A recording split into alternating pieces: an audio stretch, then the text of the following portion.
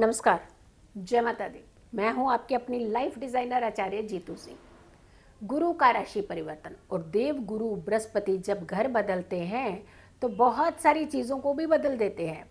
यानी धनु राशि से निकल करके मकर राशि में गुरु का प्रवेश आपके जीवन में क्या लेकर के आ सकता है, किस राशि वालों को मिलेगी सफलता और कौन सी राशि वाले रह जाएंगे सफलता से दूर, किन राशि वालों को मिलने वाली है बड़ी अचीवमेंट और कौन सी राशि वालों को थोड़ा सा करना पड़ेगा इंतजार, किन राशि वालों के जीवन में खुशियों की बौछार होने वाली है और कौन सी राशि वालों को थोड़ी सी स्ट्रगल की अभी भी ज़रूरत है। पूरी वीडियो ज़रूर देखिएगा कि आपको अगर सफलता थोड़ी सी दूर रह रही है तो आपको क्या करना है। आपको भी तो सफलता पानी है, इसीलिए हर राशि वालों की झोली में कुछ खास गिरने वाला है इस बार। तो आपने गुरु के राशि परिवर्तन को हल्के में नहीं लेना है। ये बड़े बदलाव हैं, बड़े बदलाव के बड़े फायदे भी होते हैं। तो आपको कौन सा फायदा अपने पास अपने नज़दीक लेकर के आना है, इस वीडियो को ज़रूर देखिएगा। गुरु का जो बदलाव हो रहा है, देवगुरु बृहस्पति 20 नवंबर को दोपहर को 1:22 पर अपनी राशि छोड़ करके मकर राशि में प्रवेश करेंगे। और मकर राशि में प्रवेश करने से आपके जीवन में किस तरीके की स्टेबिलिटी आनी है ये ध्यान रखने की, क्योंकि काल पुरुष की कुंडली के हिसाब से अगर देखते हैं तो वो दशम भाव हमारा कर्म भाव भी आता है। लेकिन कर्म भाव में कहा जाता है गुरु अच्छे रिजल्ट देता है, पर एक चीज बड़ी समझने की जरूरत है। कहा जाता है एक कि गुरु जहाँ बैठते हैं वहाँ बहुत अच्छे रिजल्ट तो नहीं देते हैं, लेकिन जहाँ देखते हैं वहाँ बड़ी बल्ले बल्ले करते हैं। क्या ऐसा ही है? और उल्टा होता है, शनि जहाँ देखते हैं वहाँ बल्ले बल्ले नहीं करते, लेकिन जहाँ बैठते हैं वहाँ तो बल्ले बल्ले करते ही हैं।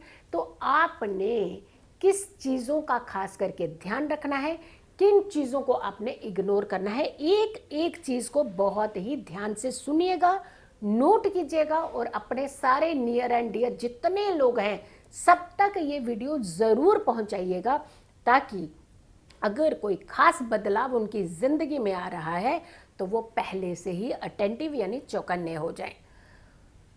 20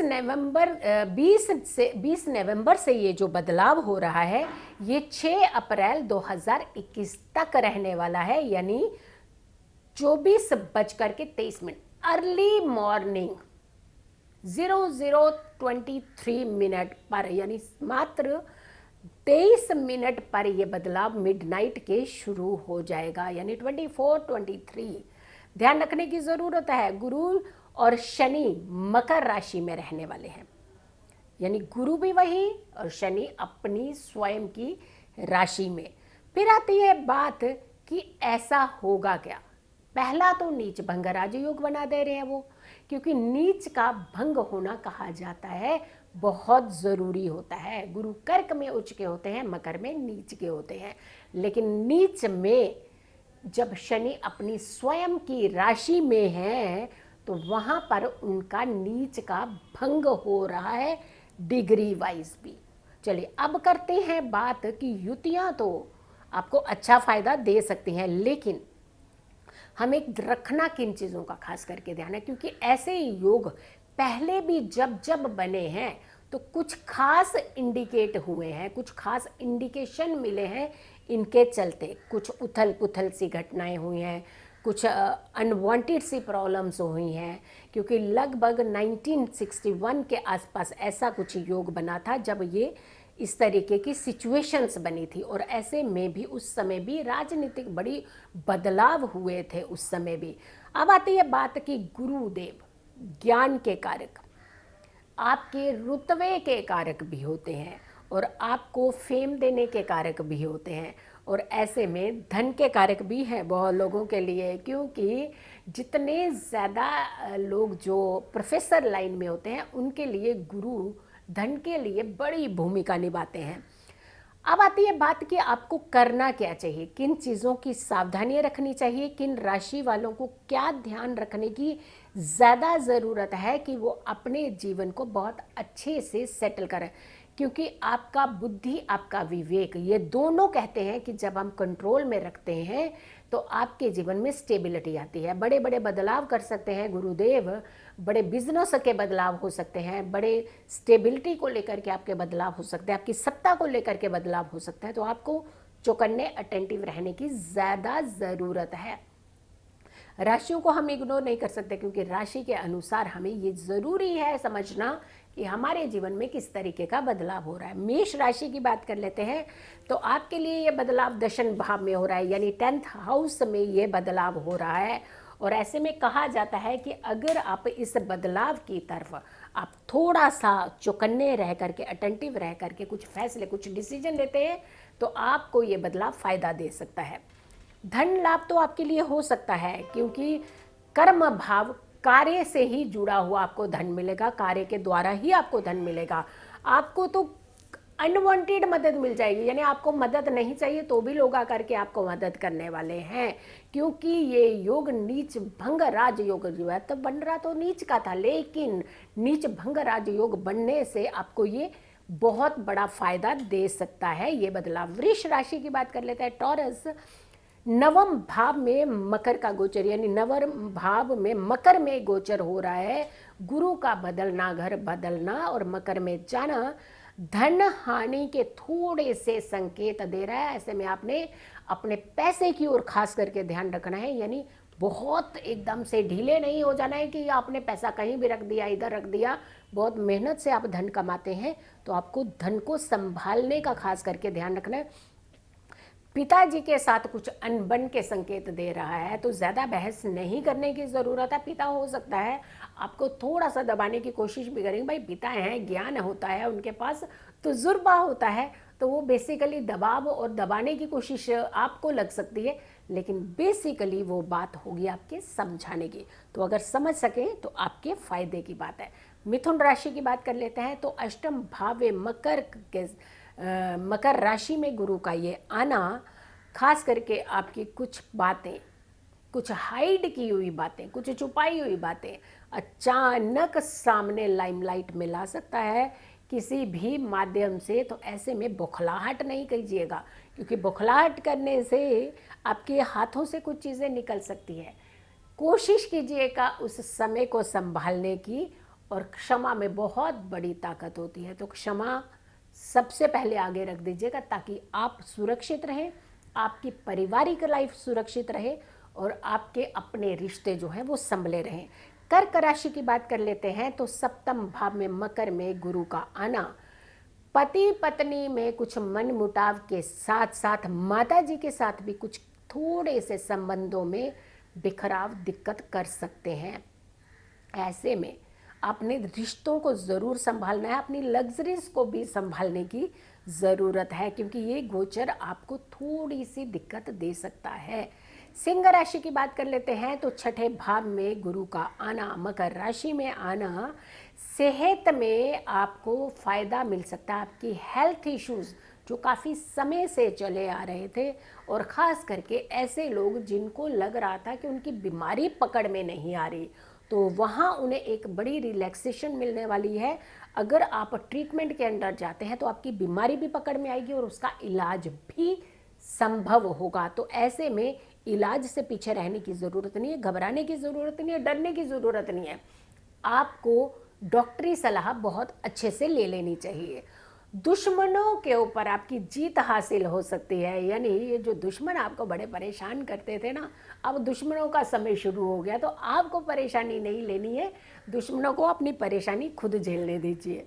कन्या राशि की बात कर लेते हैं, तो पंचम भाव में यानी 5th हाउस में मकर में गुरु का आना, थोड़ी सी आपने ध्यान रखनी है कि अगर कुछ खास प्लानिंग करने जा रहे हैं, आप प्लानिंग करते आ रहे थे, पेपर पर नहीं उतारी है वो प्लानिंग, तो भूल सकती है, यानी वॉश्ड आउट हो सकती है, आपके माइंड से निकल सकती है।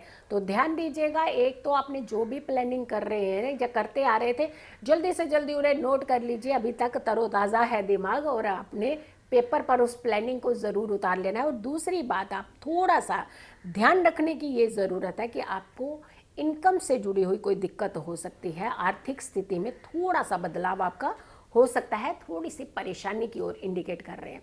तुला राशि की बात कर लेते हैं तो चतुर्थ भाव यानी फोर्थ हाउस में मकर में गुरु का आना, सुख में थोड़ी सी कमी हो सकती है क्योंकि ये सुख भाव है और सुख भाव में हमें थोड़ा सा ध्यान रखने की ज़रूरत पड़ती ही है। तो आपने खास करके ध्यान रखना है कि आपको अपने बिजनेस बढ़ाने की तरफ ध्यान देना चाहिए, क्योंकि जितना आप लटर मस्त हो जाएंगे यानी जितने आप कूल हो जाएंगे तो बिजनेस में उतनी ही दिक्कत आपको आ सकती है। और साथ के साथ काम बढ़ाने के कुछ आपको इंडिकेशन तो मिल सकते हैं, अगर आपने अचीव नहीं किया उस गोल को, हाथ से जाने दिया लथार्जिक बन करके, तो फिर आपको दिक्कत हो सकती है। तो कोशिश की अटेंटिव रहिएगा एकदम से, जो काम आपको मिल रहा है उसे ज़रूर परखने की कोशिश कीजिएगा, हो सकता है उसके अंदर कोई बड़ा फायदा आपका छुपा हो। वृश्चिक राशि की बात कर लेते हैं तो तृतीय भाव में मकर में गुरु का आना प्यार में तो सफलता दिखा रहा है, लेकिन आपके काम में भी सफलता दिखा रहा है, यानी काम भी मिलेगा, प्यार भी मिलेगा और पूजा पाठ भी मिलेगी। तो भाई आपको तो बहुत फायदा होने वाला है। तो आपको पराक्रम आपका बड़ा स्ट्रांग होने वाला है। तो आपने अपने पराक्रम की ओर ऐसे नहीं किया, अगर स्ट्रांग होने वाला है, कुछ अच्छी चीज़ें होने लगी, घर के अंदर शांति से बैठ जाएंगे, ये बिल्कुल मत कीजिएगा। काम के प्रति ज़्यादा अटेंटिव हो जाएगा तो और ज़्यादा बड़े फायदे आप पा सकते हैं। धनु राशि की बात कर लेते हैं तो द्वितीय भाव यानी सेकंड भाव में गुरु का आना, ये आपके लिए तरक्की और धन के योग बढ़ा रहा है, यानी तरक्की भी मिलेगी, धन भी बढ़ेगा। और धन बढ़ने के साथ साथ आपकी बहुत सारी इच्छाएं जो काफ़ी पेंडिंग है, बंद करके कहीं आपने डिब्बे में रख दी हुई है, वो सारी इच्छाओं को पूर्ण करने का समय अब आया है। तो आपने खास करके अपनी इच्छाएं पूर्ण करनी है, लेकिन कोई गलत रास्ता भी साथ के साथ आपके पास बाई हुक बाई क्रूक आ सकता है कि शॉर्टकट हो सकता है, कोई आपको बहुत जल्दी लालच देकर के शॉर्टकट के चक्कर में आपको आगे ले जाने का प्रयास करे, तो नहीं जाना है। जिस आप स्पीड से चल रहे हैं वो स्पीड आपके लिए ज़्यादा फायदेमंद रहेगी। मकर राशि की बात कर लेते हैं। मकर राशि आप ही के राशि में गुरु का आना है, तो आपकी राशि के लिए देखते हैं क्या फ़ायदा आपको मिल सकता है। आपको कुछ बेनिफिट मिल सकते हैं, कुछ अच्छी न्यूज़ मिल सकती है, कुछ अच्छे लोग आपके संपर्क में आ सकते हैं।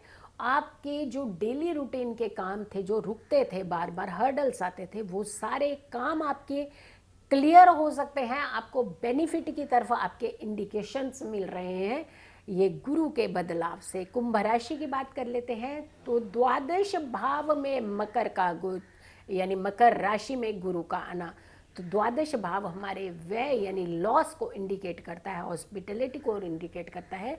तो यानी खर्च तो साफ साफ दिखा रहा है, खर्च के साथ साथ कुछ फायदे भी हैं, लेकिन ऐसा ना हो कि जितना आया उतना ही निकाल दो आप पूरा धन, तो फिर आपके लिए मुश्किल हो सकती है। लेकिन आएगा भी, खर्च भी बढ़ेगा, पर बैलेंस करने का ये माइंड जो है ये आपको चलाना है। थोड़ा सा सेहत से जुड़ी हुई आपकी परेशानियां हो सकती है, क्योंकि डॉक्टर के चक्कर भी लग सकते हैं, डॉक्टर्स के ऊपर थोड़ा सा पैसा खर्च भी हो सकता है, दवाइयों पर भी खर्च हो सकता है। आपके लिए सबसे अच्छी चीज़ बताने वाली हूँ मैं कि आपको क्या करना चाहिए, क्योंकि हेल्थ है तो सब कुछ है।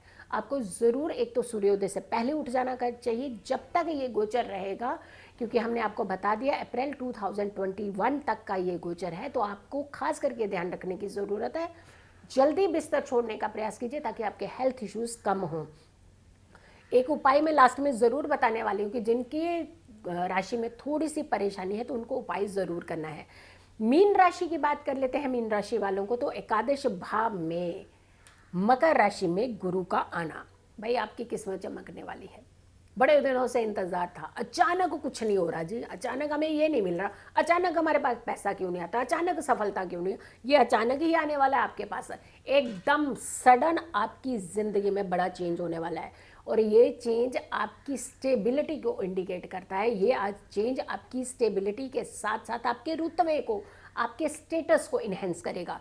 तो आपके लिए तो ये बढ़ोतरी के योग बन रहे हैं, चाहे वो धन की हो, चाहे वो स्टेटस की हो, रुतबे की हो, तो आपके लिए तो बहुत बड़ा फायदा लेकर के आ रहा है ये गुरु का बदलाव। अब करते हैं बात आपके ही जिन राशि वालों को थोड़ी सी समस्या है, देखिए घबराना कभी भी किसी चीज़ का सोल्यूशन नहीं होता है, ये ध्यान रखिएगा। हर चीज़ का सोल्यूशन है, लेकिन आपके पेशेंस लेवल की बहुत ज़्यादा ज़रूरत होती है। हमारे अंदर एक ऐसी एनर्जी ज़रूर होनी चाहिए, पॉजिटिव एनर्जी, जिसके चलते हम हर चीज़ में सर्वाइव ज़रूर कर सकते होने चाहिए।